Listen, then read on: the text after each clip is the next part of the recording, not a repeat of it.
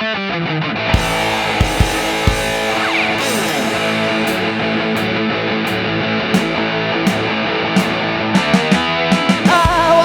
lumped up tonight. Listen to Rob Rossi and RockerMike on the only podcast that I'll hear that won't make me wanna rip off my ears. Oh, the Rock Show, the Rock Show, the Rock Show, the Rock Show, the Rock Show, the Rock Show. Oh, I want the Rock Show.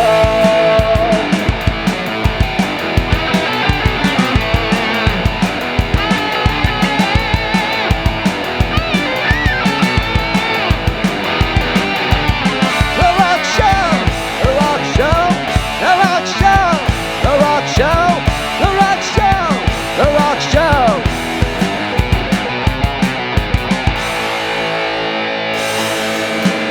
I want the Rock Show. Let's get lumped up.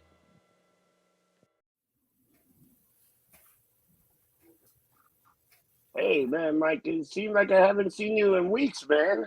I know. It's been a week. I know. Gotta start hanging out more again. I know, man. You know what happens when we hang out? We got 6 weeks to recover. Takes 6 weeks to recover. I'm hurting today from just being with myself last night. Oh, man.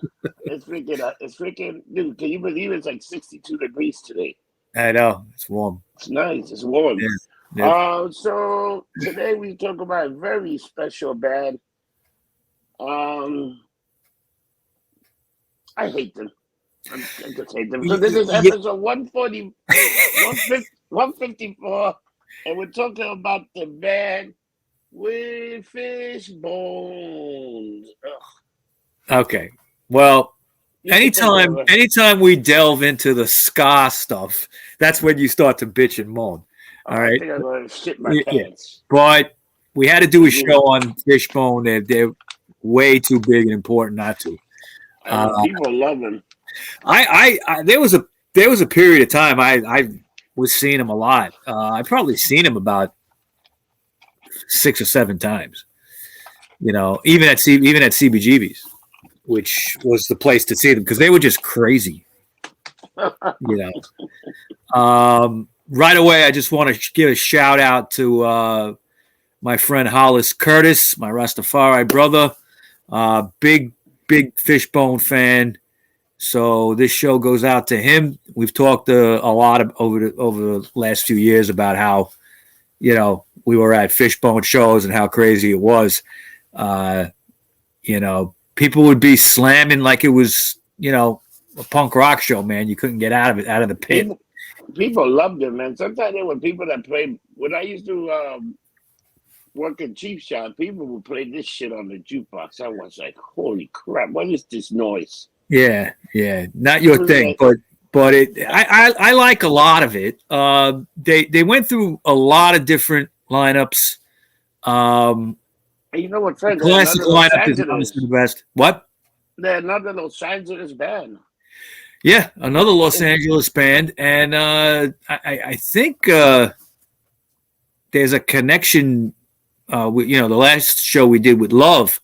I think at one point they had the same producer many years later as Love might have. I think so. I'm not positive, but they were both LA bands, basically from, you know, South Central. Okay, and you know, I mean, they're very. I think Fishbone is one of the more unique bands that came along. There was a period in the late '80s where you had bands like Fishbone, Living Color, 24/7 Spies.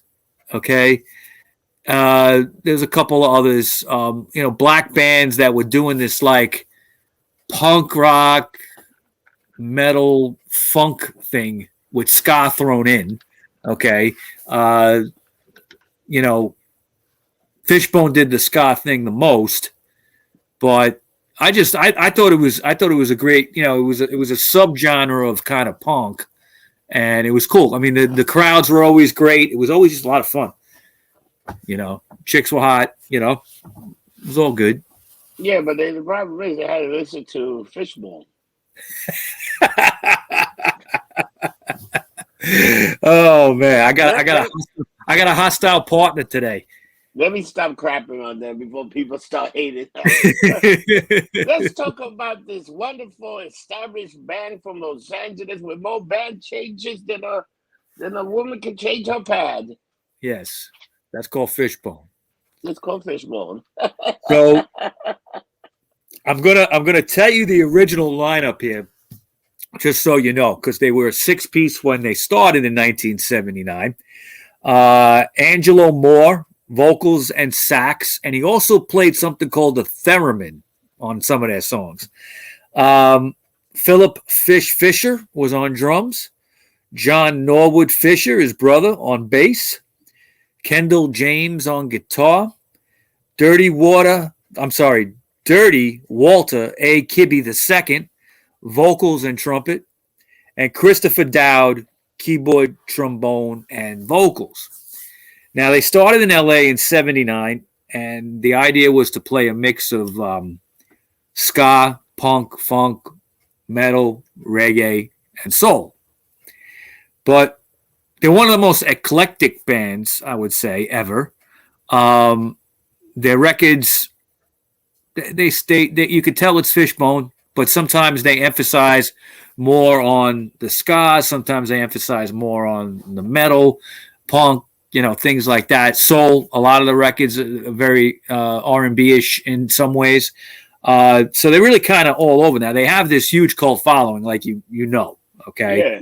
But they never... It's weird. There's another group from Central Los Angeles. South Central, yeah. Central. What's South Central, man? How many people have... You want to look how many people South Central has produced, and they all... I guess the only way to get out of that shithole is to be a musician. Well, yeah. I mean, a lot of rock bands came out of there. NWA, ain't NWA from there? Yeah. So, I mean, it's like anywhere else, you know. You just try to use your talent to get out of your situation, you know. You think Arthur Lee used to beat these guys up? He was probably their uncle. He was probably their uncle, you know, bringing them weed or whatever, you know. It's all good. But seriously, now they got together in 79, and they were always considered like an oddball group of friends, kind of goofy. The Fisher brothers, Jones, Dowd, and Kibby were all from South Central. And they were when they were in school, they were bused into the San Fernando Valley, okay, where they met Angelo Moore, who lived there, okay. So at first, they went by the name of Megatron when they put this band together. They weren't called Megatron. They were called Megatron. And they had a guy named Titus Norris on lead vocals, but he wouldn't last. And the 6-piece would soon change their name to Fishbone. And they got this very unique style, you know, mixing all these genres, like I said. And they quickly became popular on the LA club scene. Okay, in the still, the early stages of hardcore and the last stages of punk in LA. They would fit right in with that. Their first gig as Fishbone was at a place called Madame Wong's in the Los Angeles Chinatown area. Okay. This place is very popular in the punk rock scene in LA. A lot of bands came out of there. Red Hot Chili Peppers used to play there when they were starting out. Another band that was around the same time was called Thelonious Monster. Oh, yeah. And they used to play. I think I saw them once. And then Psycom is another one that was around at that time. They were like up and coming, all playing together. Fishbone would become friends with the Red Hot Chili Peppers. You know, they were. I think they toured together too at times. The popularity that they had led to them being signed by Columbia Records in 1983. The first release was a track called "Party at Ground Zero," which is, to me, Still probably one of my top 5 favorite Fishbone songs. Okay. That was released as a single in 1985, and it was followed shortly after by the self-titled EP Fishbone that was produced by David Kahn. In 87, in support of their first full-length album called In Your Face, the band performed the track called Jamaica Ska in the Annette Funicello Frankie Avalon reunion movie Back to the Beach. Okay. Their first major international tour, though, was that year, and they connected with the Beastie Boys, who was on the License to Ill World Tour.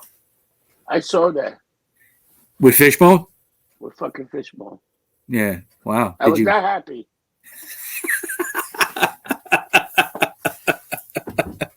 I did not see that tour. I've seen Fishbone by themselves. I've never seen them open for anybody. I've seen the Beastie Boys twice. I've seen them with Fishbone, and then I saw them with Run DMC when they did that family tour or whatever.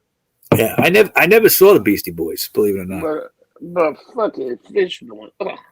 Okay. Let's just get back to this great, wonderful, fantastic band. Okay. Now, Fishbone was mostly considered to be a ska band and a funk band in the early years, but later they would get a much more guitar-driven sound, and they would emphasize their rock and soul kind of influences. The 88 album called Truth and Soul, which is one of their best records, gave Fishbone wide critical acclaim. They also added much more social commentary to what they were doing. Okay, the lyrics were getting a little bit more about politics, racism, life in the projects where they lived at one point. And nuclear war. Yeah, they had songs about that. The album was highlighted by a hard rock inspired version of Freddie's Dead by Curtis Mayfield. The video for Freddie's Dead was actually a big hit on MTV. I don't know if you remember that. That was getting quite a bit of it. All right. That year, Fishbone went on tour with the Red Hot Chili Peppers and was exposed to the new kind of alternative scene that was, starting up at that time. They also recorded a version of the Lead Belly song "Rock Island Line" with Little Richard, and that was for the tribute album "Folkways: A Vision Shared." In '89, the band added former Miles Davis sideman John Bigham on guitar and keyboards, and in 1991, the album "The Reality of My Surroundings" was a critical and commercial success, reaching number 49 on Billboard. Wow. Now, 1 month after the album's release, though, Fishbone played on Saturday Night Live. I remember that. That was a cool show. They did the song "Sunless Saturday." Later, the video for that same song was directed by Spike Lee. And the song "Everyday Sunshine" off that album was a minor hit on the radio, too, and MTV with the video. I remember that on MTV, that video. Yeah. That's why I changed the channel.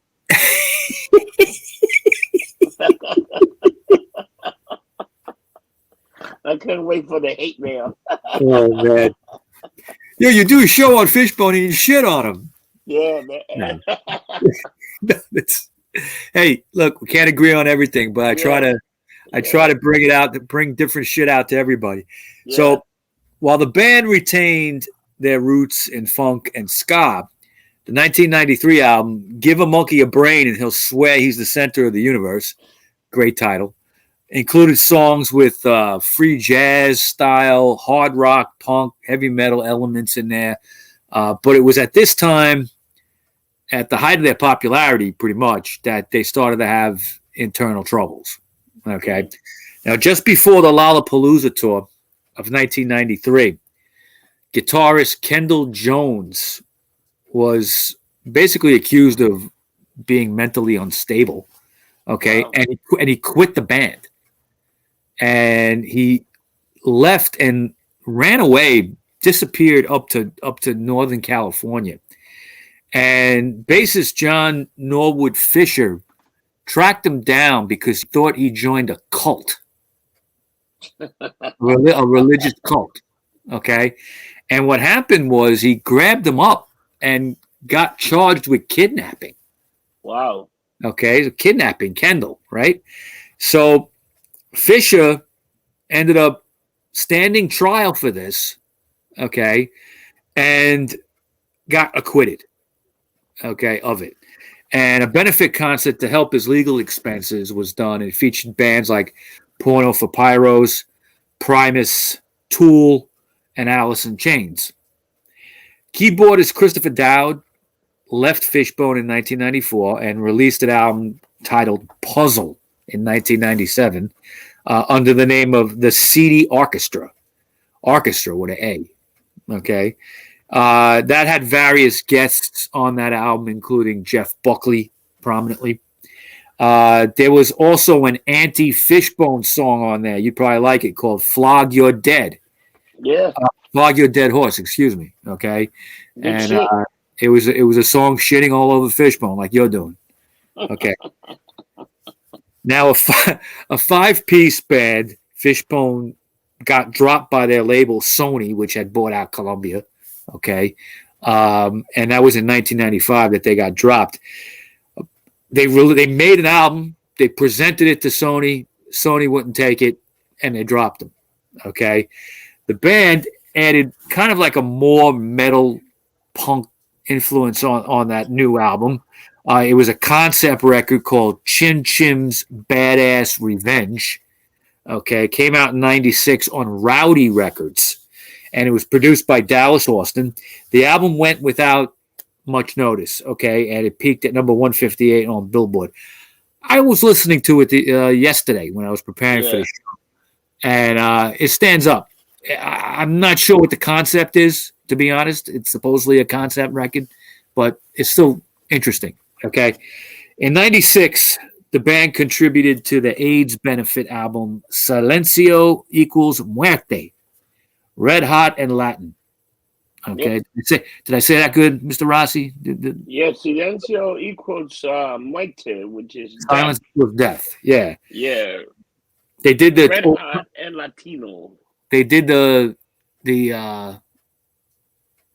old Tom Jones "What's New Pussycat" for that album.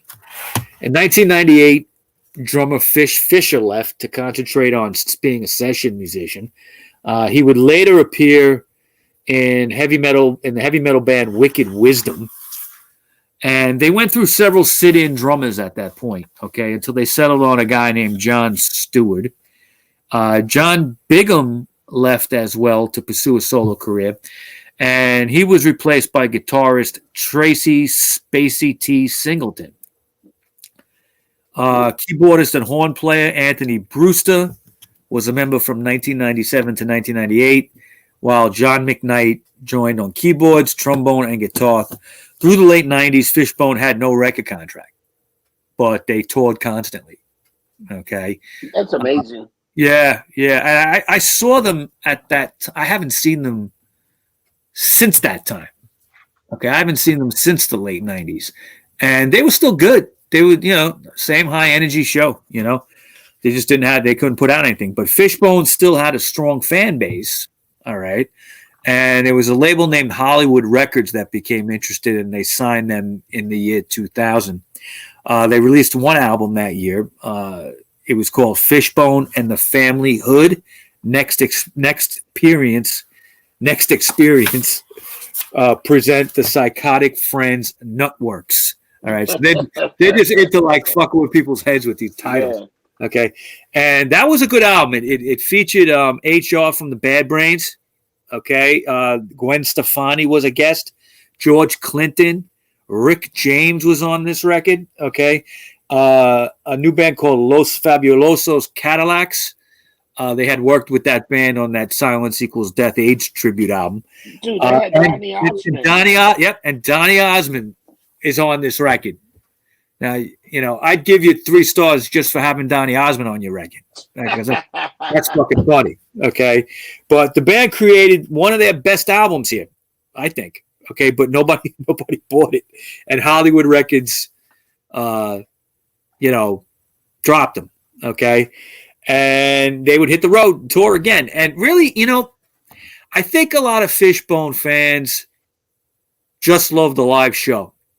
They didn't buy the albums because I've been to so many Fishbone shows where it was packed, sold out, or just about. Okay, so it never translated into big record sales for them, unfortunately. Now, John McKnight left in 2001, and Fishbone continued on as a 5-piece. But in 2002, they released on their own. They started their own label, a record called Live at the Temple Bar and More, which featured all new songs that they had live. They didn't have They didn't put out a studio album. They just did live shows, recorded it with the new music. A second live album and DVD companion came out in 2002. Live in Amsterdam was filmed mostly at the Cannabis Cup Festival out there. Okay. Yeah, that was in Amsterdam that they had that festival. I think they still do it. But who knows with COVID? Who knows? In late 2003, Fishbone founding member Walter Kibby left the band. They got guitarist Tracy Singleton. He left as well. Both would put out solo records and work together on several albums in the late 2000s. After 2003, the departure of Kibby and Singleton, the last two founding members, John Norwood Fisher and Angelo Moore, along with drummer John Stewart, restarted Fishbone with a different lineup. They got a guy named Rocky George from Suicidal Tendencies and Tory Ruffin of The Time, Morris Day and The Time on guitar. Yeah. Ruffin didn't last, though. He would only be there for a short time. Then they would add Dre Gibson on keyboards. And in 2005, John McKnight returned, on trombone and guitar. Trumpet players during this period were Padre Holmes, Fernando Palom, Mervyn Campbell, and Curtis Story.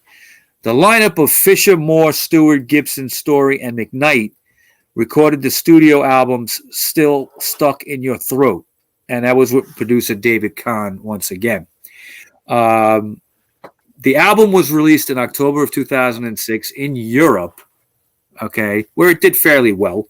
It didn't get released in the States until April of 2007 for some reason.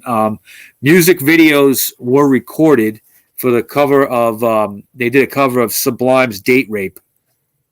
And then there was an original track called Let Them Hoes Fight.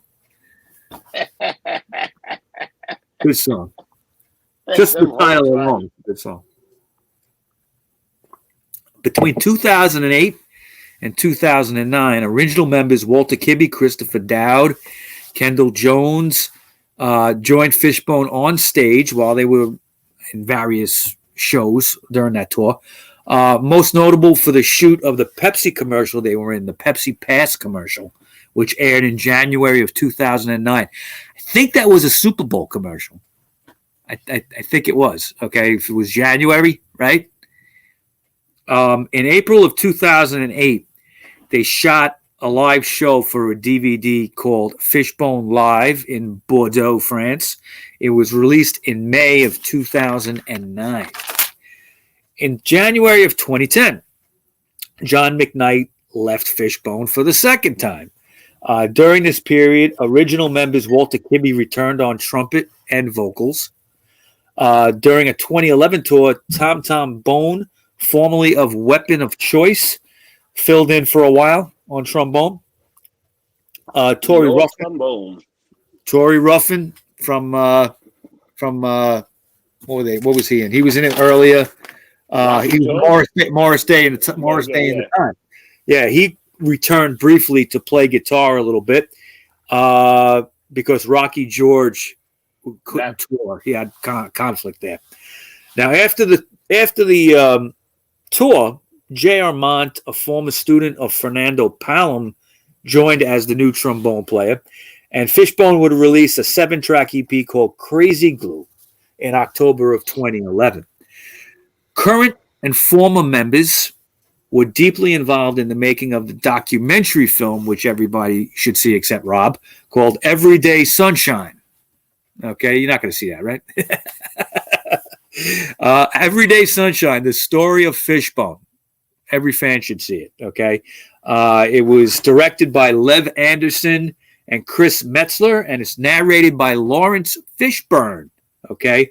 And featuring interviews with Les Claypool, Gwen Stefani, Flea, Branford Marsalis, George Clinton, Ice-T, and Gogo Bordello, all right? The film debuted at the Los Angeles Film Festival on June 19th, 2010. The film won several awards, and it was screened nationwide at artsy-fartsy theaters that, would show it, okay? And it was released finally on DVD in February of 2012. Believe it is streaming on Amazon if you want to see it at this point. For free, or do you have to pay for it? You got to pay for it. I saw it a long time ago, but I didn't watch it recently. All right. It's a good flick. In February 2013, keyboardist Dre Gibson left to be replaced by Paul Hampton. In February 2014, a federal judge ruled that Fishbone had to pay $1.4 million to a woman that Angelo Moore stage dived and landed on. Idiot. Okay? The girl unfortunately had a cracked skull, and I think she had some collarbone. I think broke her collarbone. Yeah. So she sued, got $1.4 million. That was from 2010. That accident happened. They also recorded a 5-track EP called "Intrinsically Intertwined" in April of 2014. On November 18th, 2016, founding member and original drummer Philip Fisher returned.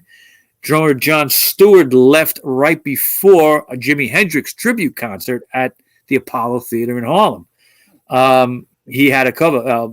Philip Fisher was called last minute to do it. In January 2017, the band announced a tour to commemorate the 1996 album Chim Chim's Badass Revenge. Former guitarist John Bigham returned to the band, after which Rocky George departed from 14 years of service in the band. Wow. Yeah, he was one of their longest members. In January 2018, Christopher Dowd made a guest appearance on stage and ended up rejoining the band. This lineup recreated the classic lineup minus Kendall Jones. Okay. John Bigham left in 2019 to focus on solo work, and Fisher left in 2021, bringing back John Stewart one more time on drums. So as of now, it looks like Fishbone will be back. They have updated their Facebook page recently with some upcoming world show. Oh, yeah, there's some upcoming world shows, including Japan. I believe they're going to. So they're still out there, still kicking, still skanking. All right, and check them out. Great live show. Too bad it never translates to a lot of record sales. You know what? They actually, me as much as I didn't like it, but to see them see them live, they definitely have a lot of energy on stage. They were high energy like the Bad Brains. They were, Angelo Moore, danced around and stage dive, and they were just a lot of fun.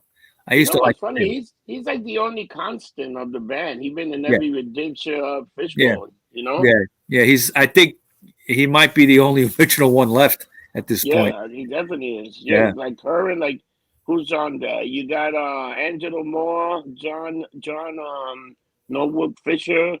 He's not in it either. I think Moore is the only original one. No, I think this is now. They got one. No. This is the guys now, the brand members now. Oh, Norwood Fisher, isn't it? Yeah, they got Norwood. They got a few guys. A few guys changed too. Yeah. I think it's just the point that the kids might be taking over. It could be. They've been around for 43 years. It's amazing.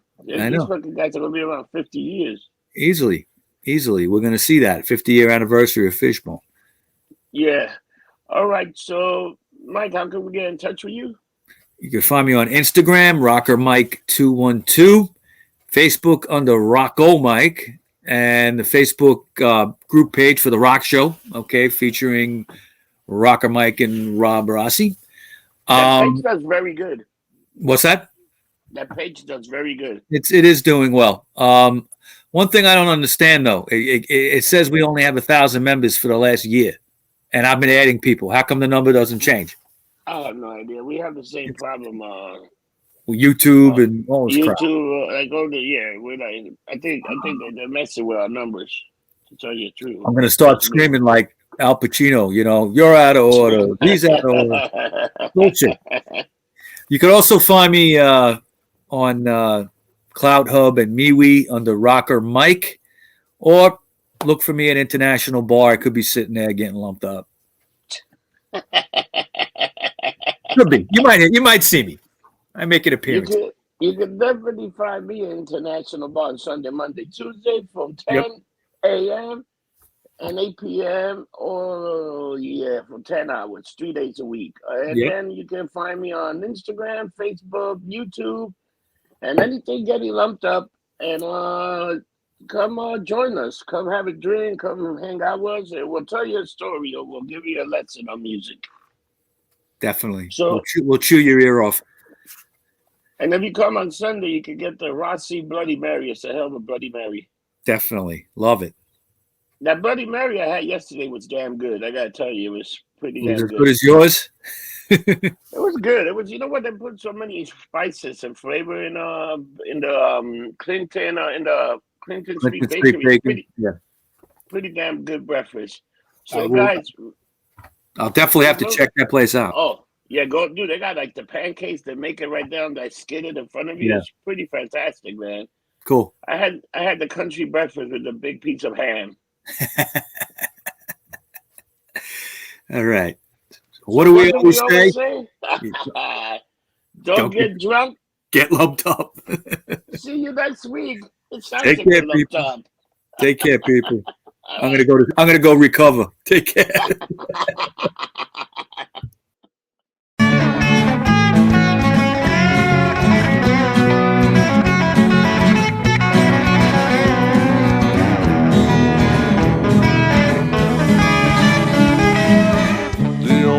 Podcast you will hear that will be music to your ears. You'll learn about bands you love or may not know, and it's only here on the Rock Show. Ooh, yeah, on the Rock Show. Ooh, yeah, on the Rock Show. Don't tell your friends and everyone you know. Let's get lumped up on the Rock Show.